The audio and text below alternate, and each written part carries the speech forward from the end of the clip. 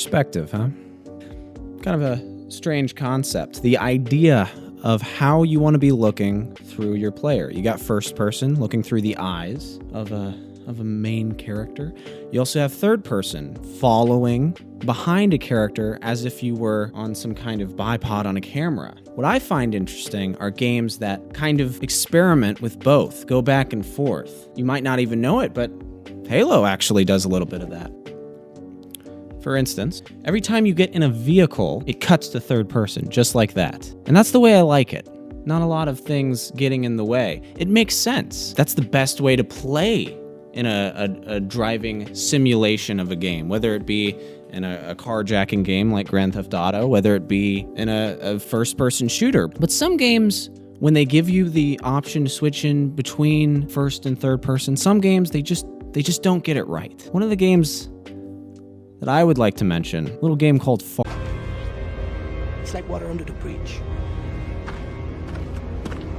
Did I ever tell you the definition of insanity? Now, unlike Far Cry, you have Halo giving you the perspective of third every time you hit some kind of driving segment in the campaign or in multiplayer. I don't know, to me, this just feels way better. I can see everything, and then boom, right back to first person as soon as you exit the vehicle. It makes sense. Far Cry is a little less sensical. This is the reason I've never enjoyed driving in Far Cry games, because the first-person perspective feels so unnatural to me in a vehicle. There's this uncanny, uncomfortable feeling that comes from first-person driving that immediately turns me off. Think of it this way. When you're driving a car in real life, you're not thinking about, oh, look, there's the steering wheel, there's the radio, there's the rearview mirror, and there's the speedometer.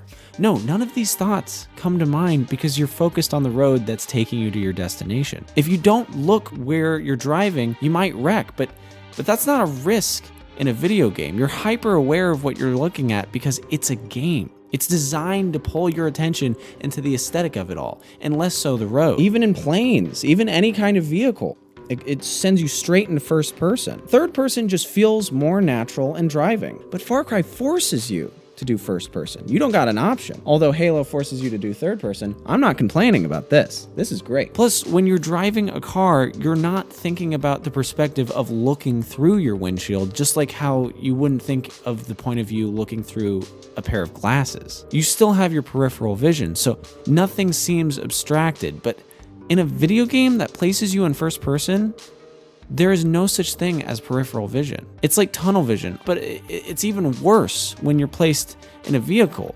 But not necessarily a bad kind of tunnel vision, just awkward and odd, different.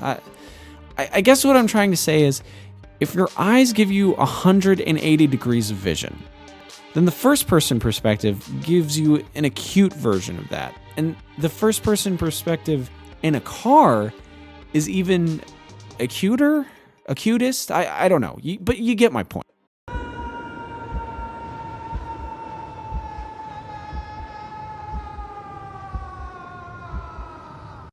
Grand Theft Auto. Grand Theft Auto, in its most natural form, it's a third-person game. But, like a lot of games, it gives you the option to go between first and third person. Personally, I'm not a fan.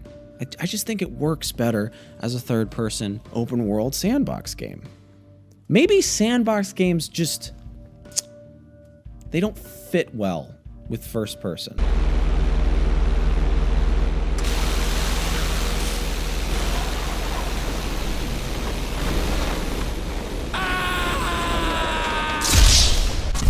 Yeah, try not puking after a skydive in GTA 5. Fortunately, these issues can be semi-resolved with a little tweaking of the in-game camera settings, but personally I went ahead and turned the head bobbing effect completely off. Some people may feel like it's more immersive, but I don't know about you. I don't exactly play GTA for the immersion. Missile launcher to have half a chance! This cannot... This is the... For all I know, clouds, fallout! To me, this feels just fine without it. I also make sure to have it switch to third person automatically every time there's a ragdoll effect or a vehicular transition. Evidently enough, these same settings are available in Red Dead 2 as well. In fact, I think a lot of these issues are resolved in Red Dead 2 simply because of the slower-paced gameplay. The ragdoll is still the same, yes, but you're rarely falling out of the sky or going 100 miles an hour to your destination, so first person is definitely a lot more fitting in this one. There's something to that. First person, open world, it just doesn't click, especially with vehicles. Now, Bethesda games, they get a little bit of a pass. I have seen the gates of oblivion, beyond which no waking eye may see. There aren't a lot of vehicles in Bethesda games, whether you're talking about Elder Scrolls or Fallout. In Elder Scrolls, you're riding a horse, and usually the horse is going no more than 10 miles an hour, basically just like sprinting. You'd be faster flying around if a fucking giant smacked you in the head. I mean, that's how taxis worked back in the day. In Fallout, no vehicles, nada, not a single one. I'm okay with that. You got fast travel, it works. Personally, if I have to choose between first-person driving and fast traveling, I'm gonna take fast traveling any time of the fucking day. It just takes the hassle out of it. Yeah, you got a lot of loading screens. It just seems more natural to me. Bethesda went back and forth. You started with the OG Elder Scrolls games from the 90s, restricting you to only first person. This made sense because, for the most part, it was just a dungeon crawler. You weren't going outside too often. So a third person in a very constricted level design, it would complicate things, let's say. First person works perfectly for your average dungeon crawler. But Redguard comes along, and that forces third person onto you. But then Morrowind says, fuck it, let's do both. First and third person. You can decide. And most of the game takes place outside anyway. When it comes to Bethesda games, I almost never play in third person. It's like that age-old debate people have about whether or not they wipe their ass standing or sitting. The people that sit think the people who stand are batshit crazy and vice versa. But come on, third-personers, tell me how this form of gameplay at all is more effective or at all more comfortable. Where's the accuracy in this? To be fair, this sort of thing is situational when talking about each individual Bethesda game. Like Fallout 4, not bad.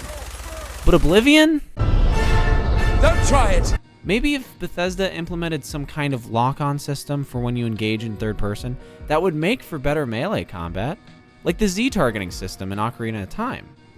Otherwise, how the hell am I supposed to be an archer like this? Maybe I just suck. Maybe I'm crazy, maybe they're crazy, nobody knows. Which forces the bullet forward and ejects its casing. This energy also produces a brief muzzle flash and a sharp Hitman. Oh boy, Hitman. You know, when they rebooted Hitman, I think they got it right with forcing you to be in third person. Hitman first person just wasn't meant to be. It seemed like a latched on thing, a last minute thing that they decided for those first couple games, but it doesn't need it. When I play Contracts, it almost seems like the first person mode is some kind of fan-made mod.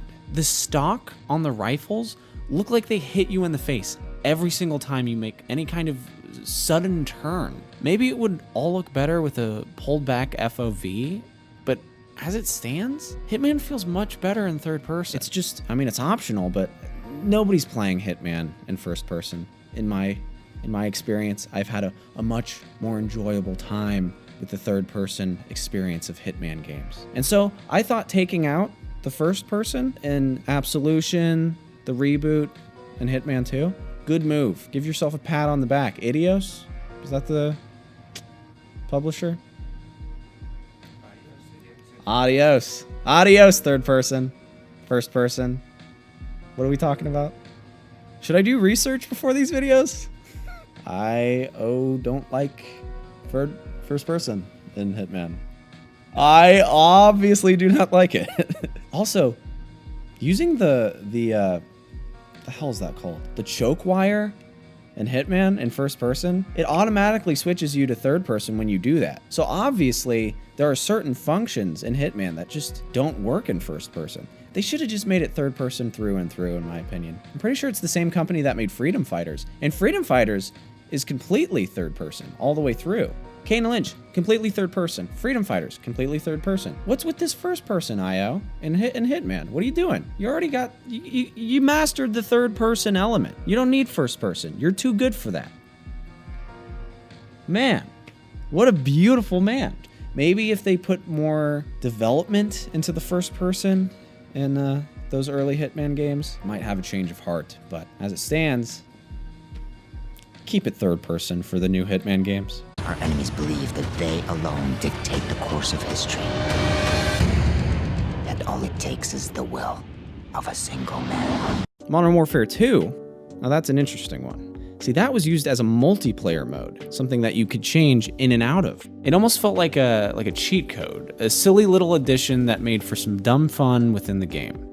MW3 had the same exact feature, but after this one, I don't think they ever brought it back again. And I honestly don't think anyone missed it. But I always thought it was a nice little change of pace from playing countless hours of first-person mayhem. I mean, it's such a simple concept. Just pull the FOV so far back that you get the third-person effect. Very simple change, but it made for some interesting gameplay. It changed it up. It shook it up a little bit. Added a little spice to life, I thought, as a kid. Maybe it's not so cool now. In retrospect, it seems pretty cool, honestly. It wasn't game-changing. It wasn't like zombies. To me, I feel like it was a little bit of a testament to how experimental Activision and Infinity War and Treyarch back in the day could get with their games. They got a little freaky, a little psychedelic with their modes. The museum, anyone? Yeah, good times. Now, okay, I don't want to act like I'm an expert on this stuff. It's no walk in the park. Games, I mean. Making games, designing games. I mean, look at that. You try doing that. I respect these games. I love them to death. I wouldn't be talking about them otherwise. I just want to gripe a little bit, level with you guys. This is something I'm really passionate about. And so, when we talk about perspective, bad perspectives, good perspectives within video games, I don't want it to seem like these games are doing anything wrong, but some things that perhaps they could improve upon. I don't know. It's all subjective. Let me know what you think. Do these games need a little bit more of an improvement on their perspective? Or are they perfect the way they are? Maybe I'm just being a sissy, wussy wuss. Baby. Puss. Let me know. Let me know if I'm being an ass. Till next time, I'm Michael Max. See you later.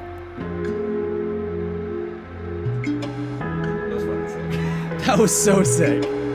That was so fucking sick. Max Payne 2 is a good game, man.